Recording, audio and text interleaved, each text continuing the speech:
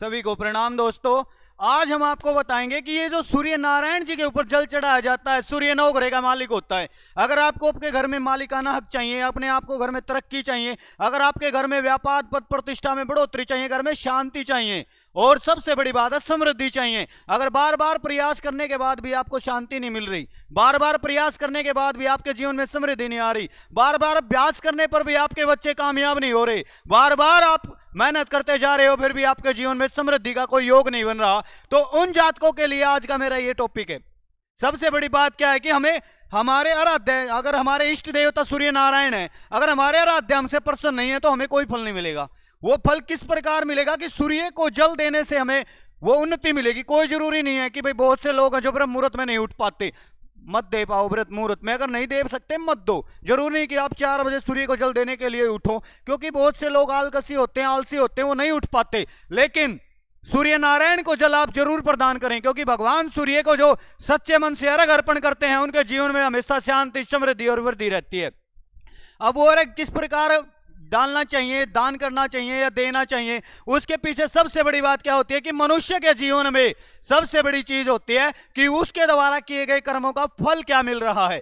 तो मनुष्य को मनुष्य के द्वारा किए गए कर्मों का फल मिलता है। जैसे कि हमारे शास्त्रों में, कथाओं में कहा भी गया है कि ऐ मानव शुभ कर्म करे जा, कर्म करे का फल मिल जा, आज नहीं तो कल मिल जा। तो हम अगर आज जल अर्पण कर रहे हैं तो कल हमें वो जल, सानिध्य, वो फल हमारे जीवन में जरूर अर्पण होगा, क्योंकि आज हम अगर कोई भी कार्य कर रहे हैं तो वही हमारे आने वाले जीवन में हमें सक्सेस की राह पर लेकर जाएगा। तो जो मनुष्य या जो जातक भगवान सूर्य को जल अर्पण करते हैं उनके जीवन में सदैव शांति, समृद्धि और वृद्धि का वास होता है।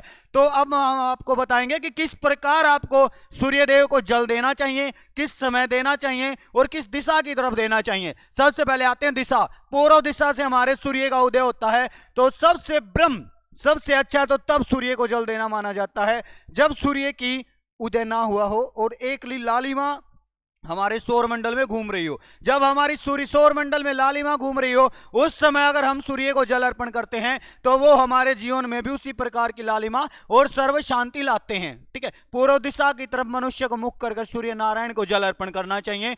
दूसरा, मनुष्य को सूर्य नारायण भगवान जी को जल बहुत दुनिया अर्पण करती है, लेकिन सूर्य को आपको पता होगा 12 प्रकार से जल दिया जाता है। जिनकी पुत्र की कामना होती है वो पुत्र कामना से जल अर्पण करते हैं। हर एक अलग अलग विधि होती है। तो जो बच्चे शिक्षार्थी होते हैं, जिनको अपने फ्यूचर का निर्माण करना है, उन सब व्यक्तियों को बजरंग आसन, हनुमान जी का जो आसन होता है, बजरंग आसन पर बैठकर, क्योंकि सेवा भाव से जब हम कोई कार्य करते हैं तो ही हमारे जीवन में सफलता मिलती है। हनुमान जी सेवक के रूप में जाने जाते हैं और लाल ही वर्ण के होते हैं। तो सूर्य नारायण को जल देते समय उस जल के अंदर आप थोड़ा सा लाल चंदन चूरा या लाल रोली डालकर सूर्य भगवान को जल अर्पण करें। दूसरा, सूर्य को जल अर्पण करते समय सबसे महत्वपूर्ण होता है कि कई लोग हमारे द्वारा तांबे के बर्तन में सूर्य का अर्घ दे देते हैं। तो तांबे के बर्तन में आप जब भी अर्घ दें उसमें लाल वस्तु डाल लें।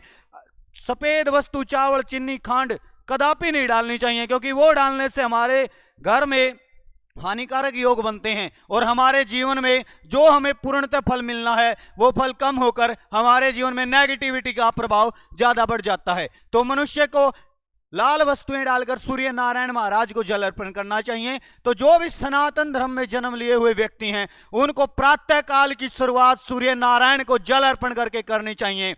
इसके लिए आपके लिए उचित है, क्योंकि अगर जिस प्रकार से आप सूर्य को जल देंगे वैसे ही हम, जैसे सूर्य नारायण पूरे अंधकार को मिटा देते हैं, उसी प्रकार अगर आप सुबह प्रातःकाल उठकर भगवान सूर्य को जल अर्पण करते हैं तो आपके द्वारा किए गए मानसिक, वाचिक और सभी पाप कर्मों से आपका अंत हो जाता है और एक प्रकाश रूपी सूर्य का आपके जीवन में उदय हो जाता है। दूसरा, सूर्य को अस्त होने के बाद कभी भी जब सूर्य नारायण अस्त हो जाते हैं तो उसके बाद कभी सूर्य को जल नहीं चढ़ाना चाहिए। संध्या काल के बाद सूर्य भगवान की आराधना भी नहीं करनी चाहिए, क्योंकि सूर्य और शनि ये 2 ग्रह होते हैं हमारे जीवन में। सूर्य नारायण जो होते हैं वो 9 ग्रह के राजा होते हैं और वो हमारे जीवन में, अगर हमारे घर में कोई राजा होगा तो हमें समृद्धि तो अपने आप मिल जाएगी। अगर सूर्य नारायण राजयोग में बैठ गए आपकी कुंडली में तो आपके जीवन में सदैव महत्वपूर्ण कार्य कराएंगे और आपके अपने जीवन में शांति, समृद्धि, वृद्धि और उन्नति के मार्ग आपके जीवन में खुलते रहेंगे। तो इसी प्रकार एक बार पुण्य आपको बताते हैं कि हर रोज जो भी सनातन धर्म से रिलेटेड इंसान है